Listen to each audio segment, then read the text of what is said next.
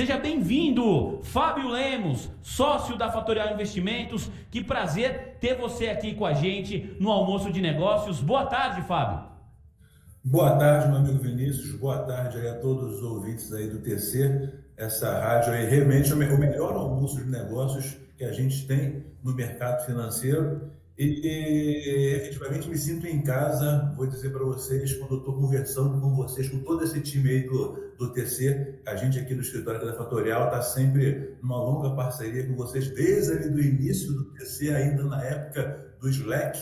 E hoje, então, é um orgulho enorme poder ver o gigante que essa equipe transformou aí essa grande empresa. Então, vamos aí para o nosso bate-papo, almoço de negócio, porque eu também já estou com um pouquinho de fome, né? É verdade. A gente termina o almoço de negócios, viu, Fábio? Depois a gente vai pro almoço sem negócios. Não quer dizer que ele não seja importante também. Ô, Fábio, muito obrigado por todas as palavras. É uma honra ter essa parceria aqui com você, com todo o time da Fatorial. Legal demais. Quero começar te ouvindo, Fábio. A gente está terminando praticamente a última semana do mês de janeiro, né? Semana que vem a gente tem ali uma semana mista entre janeiro e fevereiro. A semana começa no mês de janeiro e termina já no segundo mês do ano, no mês de fevereiro. Como que está sendo a sua percepção de mercado nesse início de ano de 2023? Há pouco, Pedro Lafraia estava aqui, eu sei que você ouviu a reta final da participação dele, e o Pedro contou, é o nosso comentarista aqui, analista de mercado da TC Rádio, que ele mesmo se surpreendeu com ele. Ele está muito mais otimista do que ele achava que estaria nesse início de ano. Eu quero a sua percepção de mercado também para toda a nossa audiência. Por favor, Fábio.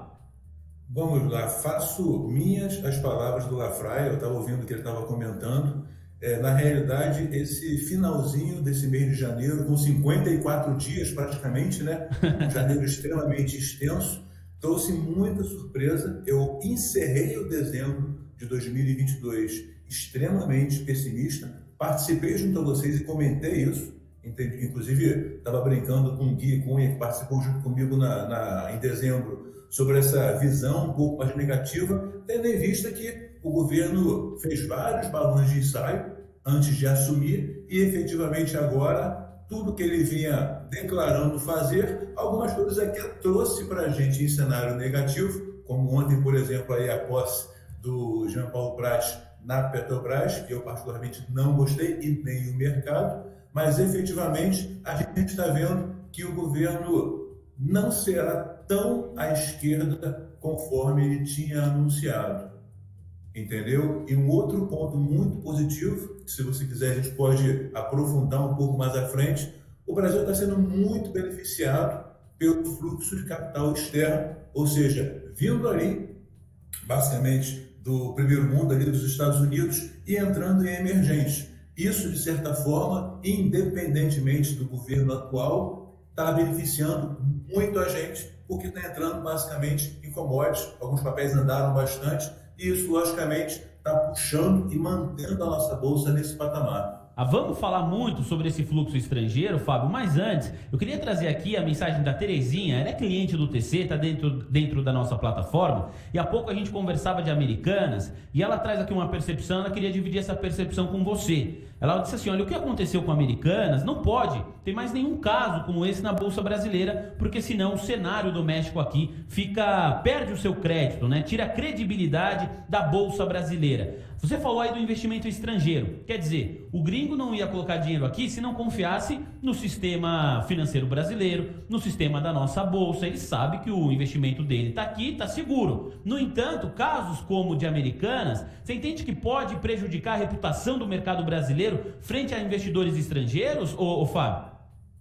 Já prejudicou na realidade, tanto é que a gente viu vários fundos desmontando posição. Eu falo fundos, por exemplo, a própria BlackRock desmontou posição que tinha, reduziu, né, para 0,12% nas Americanas por causa dessa situação. Essa situação não pode e não deve se repetir no mercado brasileiro, mas a gente sabe que é algo que não dá para bater o prego e virar ponta dizendo que nunca mais irá se repetir. Só que, como você comentou agora há pouco, até aludindo ao caso de IRB, é um caso extremamente raro que aconteceu no mercado brasileiro. Eu tenho 22 anos de mercado financeiro e nessa proporção, tá ok? Até pelos envolvidos ali, não lembro de ter visto algo tão descabido, da pessoa não saber quanto que deve, a quem que deve, entendeu? Realmente, acredito eu que não devemos ver isso se repetir, até porque a própria CVM e outros órgãos vão buscar agora, sempre depois que a porta romba, se busca uma forma de fiscalizar melhor. Então, eu acredito que os órgãos reguladores vão buscar agora uma forma de dar uma ajustada nessa regulamentação. Ô Fábio, a despeito de tudo isso que a gente falou aqui de Americanas, o prejuízo à imagem da Bolsa Brasileira, que já ocorreu na sua análise, né? E a prova disso são os fundos se movimentando. Ainda assim, para falar do fluxo estrangeiro que está vindo para cá, o Brasil chama a atenção, brilha aos olhos de parte do investimento estrangeiro, um país emergente que, ao que parece, mostra que tem potencial de crescimento para os próximos anos. Você entende, para a gente tentar aqui projetar cenários e fazer com que a nossa audiência, o investidor, a investidora que nos acompanhe, consiga aqui também antecipar cenários, né? Você entende que esse movimento do gringo deve continuar pelo menos até o fim desse primeiro semestre, quer dizer, o investidor estrangeiro colocando dinheiro aqui no Brasil, e que a bolsa tá barata, por isso que chama a atenção do investidor estrangeiro, Fábio? Certamente. Então, quando você vai observar os múltiplos da Bolsa, está extremamente descontado.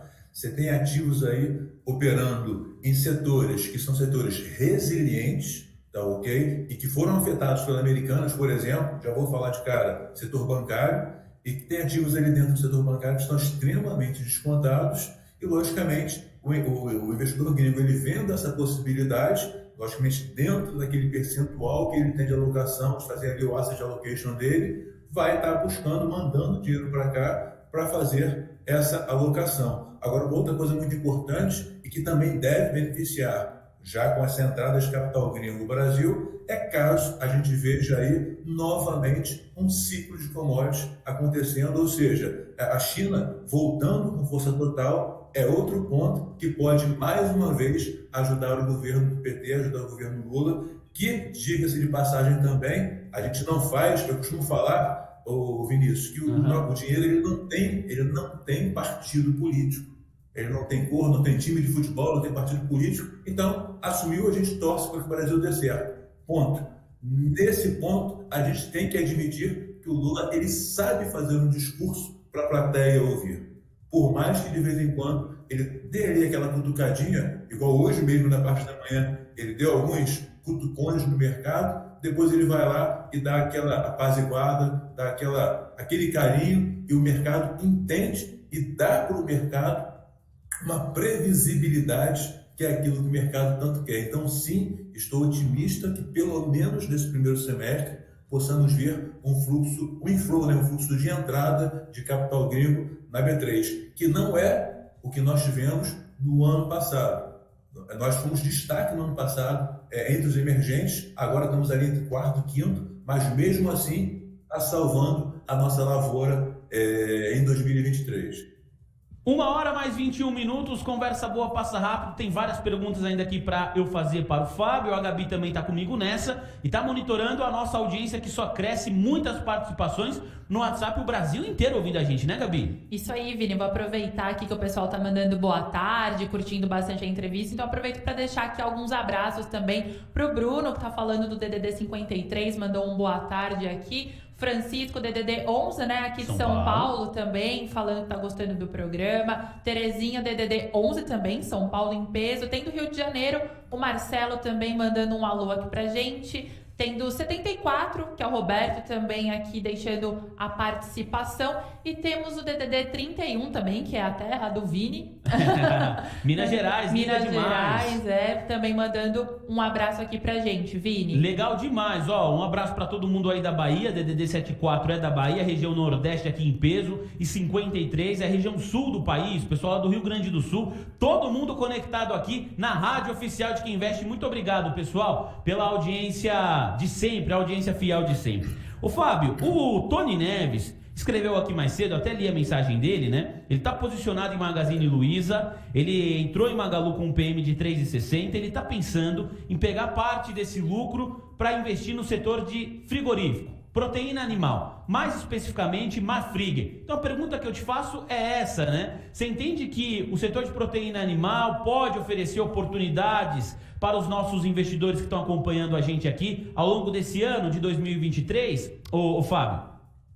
Sim, eu acredito que o setor de proteínas deva oferecer algumas oportunidades agora em 2023, até pelo movimento de correção que foi feito dentro do setor. Diga-se de passagem, Marfrig foi uma das afetadas por essa correção, Marfrig e JBS. Eu só ligaria um alerta para ele, aliás, 2 alertas. Primeiro, parabéns, porque eu gosto muito dessa movimentação que ele está fazendo de diversificar a alocação, pegar parte do resultado e jogar para dentro de outro setor, fazer, no caso, uma alocação defensiva, de certa forma, dentro do lucro que ele já obteve. Ok, é isso que deve ser feito realmente. Só que Marfrig ainda será afetada nesse primeiro trimestre decorrente do preço do arroba do gado lá nos Estados Unidos. Tá ok? Tanto ela quanto o JBS serão afetados ainda nesse primeiro trimestre em seus resultados, suas margens um pouco mais apertadas. Marfrig um pouco mais, JBS um pouco menos, por causa da diversificação que a JBS tem dentro ali, por exemplo, da Porks, que é a parte dentro do JBS que negocia carnes derivadas, no caso, né, de suínos. Ou seja, vale a pena sim, mas com essa cautela, sabendo-se que os múltiplos estão baratos, deve sim, para 2023, ter bons dividendos também, Marfrig, BIF, só que a Marfrig especificamente e a JBS ainda tem pressão decorrente do preço do arroba do gado lá nos Estados Unidos, que está no high, e isso não é bom, logicamente, porque comprime as margens. Olha, o Laércio Moretti está aqui, Fábio, acompanhando a nossa conversa. Ele escreveu para cá: as ações vão subir bastante, é só o governo não falar, não fazer nenhuma besteira que o mercado vai andar. Na opinião aqui, na visão do nosso Laércio Moretti, muito obrigado. O Samir Rosa, nosso ouvinte de todas as horas, está citando aqui a Microsoft. E o pessoal está pedindo a sua visão de mercado, ô Fábio, a respeito das Big Techs americanas. Esse movimento que aconteceu, praticamente todas anunciaram aí redução no seu quadro de colaboradores. Como que você enxerga esse movimento? É algo esperado, dada a situação lá dos Estados Unidos, de juros altos, né? Uma taxa Fed Funds histórica para o país. O americano não está acostumado a conduzir a sua empresa, os seus negócios com os juros nesse patamar que estão atualmente. Como que você vê esse movimento de mercado das Big Techs americanas, por gentileza, Fábio? Vamos lá, é engraçado essa pergunta, porque hoje na parte da manhã foi ponto de um call nosso com os assessores falando sobre essa questão das Big Techs. Vamos um pouquinho mais atrás, nós tivemos no ano passado aquela injeção maciça de capital dentro do mercado americano. Ponto. Isso, logicamente, fez com que algumas ações, alguns setores inflassem um pouco demais, ou seja, desse aquela gordurinha a mais. E isso, logicamente, agora que isso está secando, só está ajustando. É o que está acontecendo hoje, principalmente com o setor de Big Techs, que você viu no caso. Elas estavam com valuation extremamente caros, tá ok? Extremamente acima do que era justo, literalmente com dinheiro abarrotado, e agora você tem um cenário na qual ele não tem tanto dinheiro, então se ajusta, o próprio investidor americano começa a botar um pouquinho do lucro no bolso e trocar a qualidade de investimento, fazer aquele famoso rotation, e para completar essa receita perfeita, a gente tem os juros subindo. Há setores, seja nos Estados Unidos, vai ser no Brasil, vai ser na Europa, que sofrem mais com a alta de juros. Empresas que geralmente precisam mais de caixa, ou melhor, de capital de giro para poder estar tocando as suas operações. E isso acontece nas techs, e por isso agora você vê, por exemplo, algumas empresas anunciando redução do pessoal. Microsoft, você teve aí Spotify e outras companhias anunciando que estarão reduzindo o seu time, tá ok? Então isso, normal, já era esperado, na verdade, isso foi uma das poucas profecias de 2022 que não dava como certa para 2023, devido aos juros e, logicamente, essa retirada de injeção de capital excessivo que tinha no mercado. 676 likes na nossa transmissão. O pessoal gosta aqui da conversa e vai deixando o joinha. O nosso objetivo é chegar nos 700 likes, galera. Ajuda a gente aí, porque isso alavanca a nossa transmissão. E você pode alavancar o joinha sem nenhuma moderação, não tem contraindicação à saúde. O joinha. Vai fazer isso no Cooperação Financeira, muita calma nessa hora. Ô Gabi, a gente falou bastante agora, né, das empresas americanas, mas eu quero trazer aqui algumas informações, você vai apresentar pra gente, de uma empresa brasileira que tem capital aberto lá nos Estados Unidos, certo, Gabi? Certo, Vini. Vamos falar de Nubank. O diretor-presidente do banco, Davi Vélez, afirmou que a empresa já, abre aspas, virou a chave, fecha aspas, de prejuízo para lucro. Em entrevista ao portal Brasil Journal, ele disse que se a companhia parasse de crescer, geraria muito lucro. No entanto, essa é a pior estratégia possível. Quando projetou o futuro da operação, o executivo estima que o Nubank, por ter ROI acima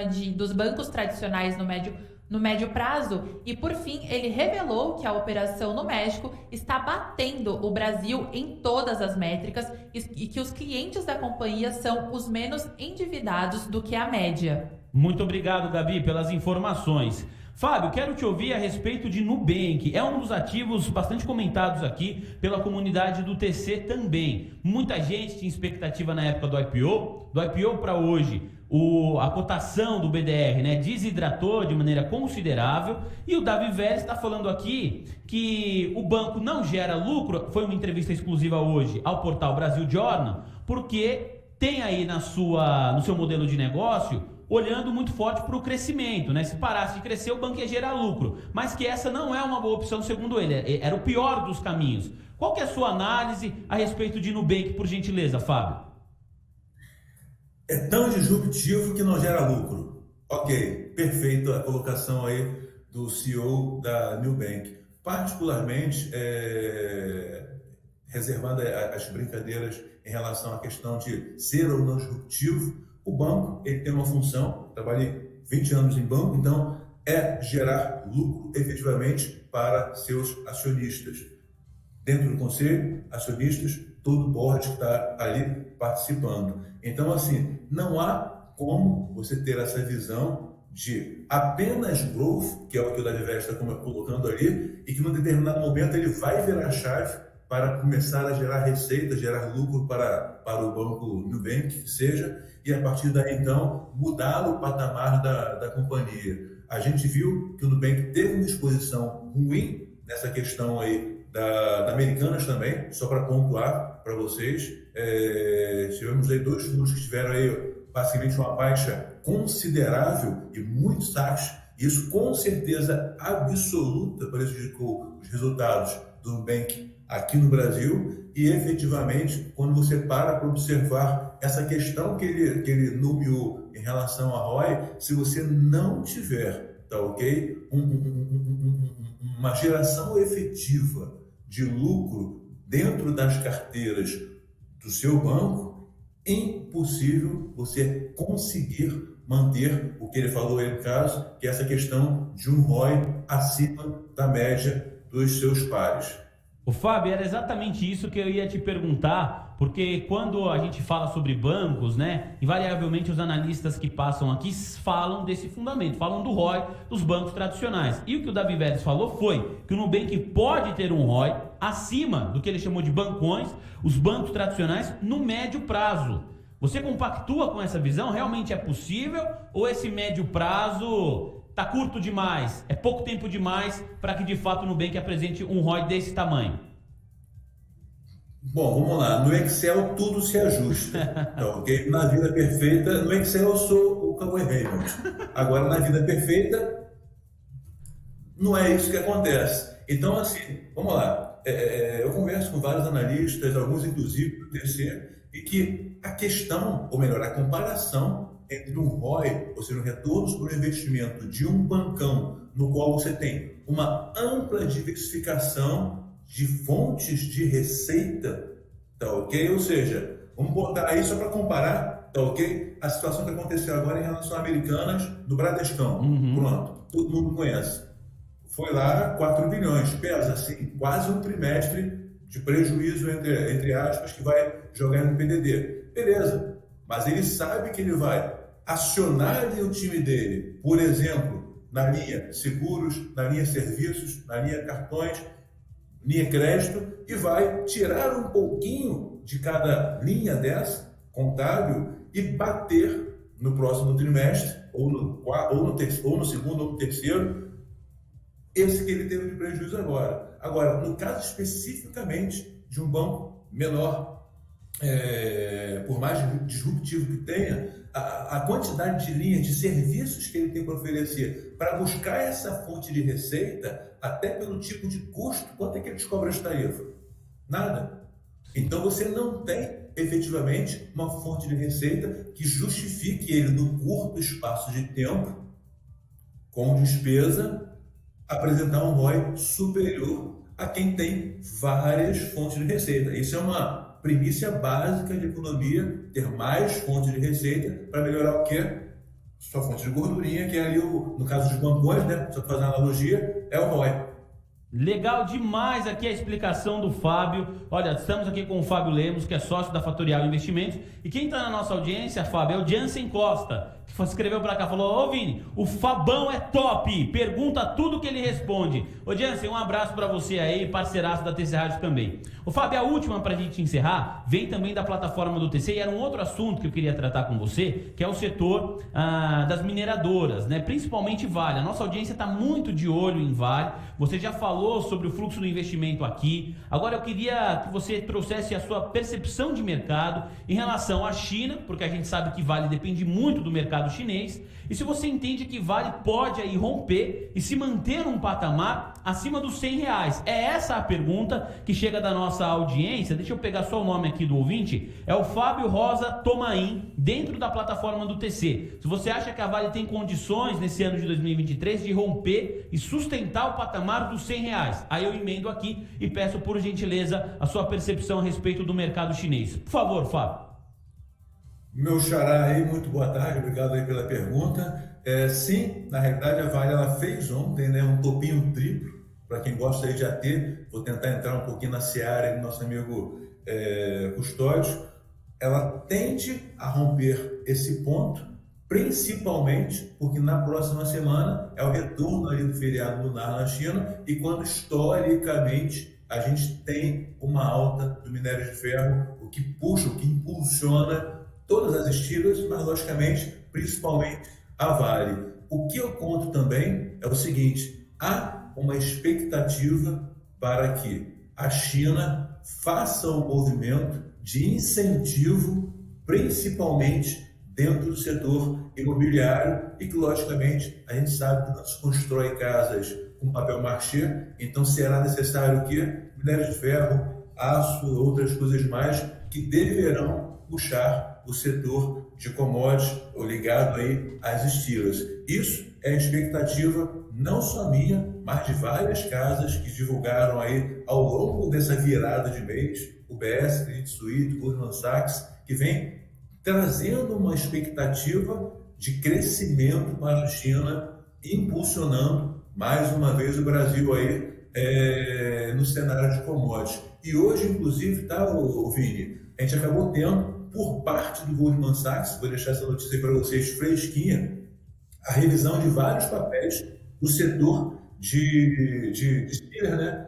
Vale, por exemplo, revisaram para cima, CSN, revisaram o Gerdau para cima. A única setor que mantiveram ali no caso o neutro foi a Usiminas, que a gente sabe que tem aquela questão de mais mercado interno e também de sucata, que pressiona um pouquinho o preço do ativo, melhor, reduz um pouquinho as margens da empresa e, logicamente, reduziu a margem, afeta o valuation da companhia. Mas sim, estou otimista com o cenário para a Vale nesse primeiro semestre, pelo menos. Olha, legal demais a nossa conversa aqui, Fábio Lemos, muito obrigado pela gentileza, pelo espaço na sua agenda. Passamos aqui por diversos setores, falamos muito sobre Brasil, política econômica, política fiscal também, falamos de China, Estados Unidos, foi uma aula. Fábio, obrigado, bom fim de semana para você e até a próxima. Os microfones da TC Rádio e do nosso almoço de negócios sempre vão estar abertos aqui à sua disposição. Até a próxima, viu, Fábio? Um abraço para todo o time aí do TC. Logicamente, conte com o nosso time aqui também. Um ótimo final de semana para vocês. Tamo junto. O Fábio que falou que aqui, hein, Gabi, é o melhor almoço do mercado financeiro. Ele trouxe, acertou. ele trouxe todo um tempero especial aqui pra nossa conversa. Trouxe. E ele acertou. É igual você falou, ele acertou. Aqui é o melhor almoço do mercado.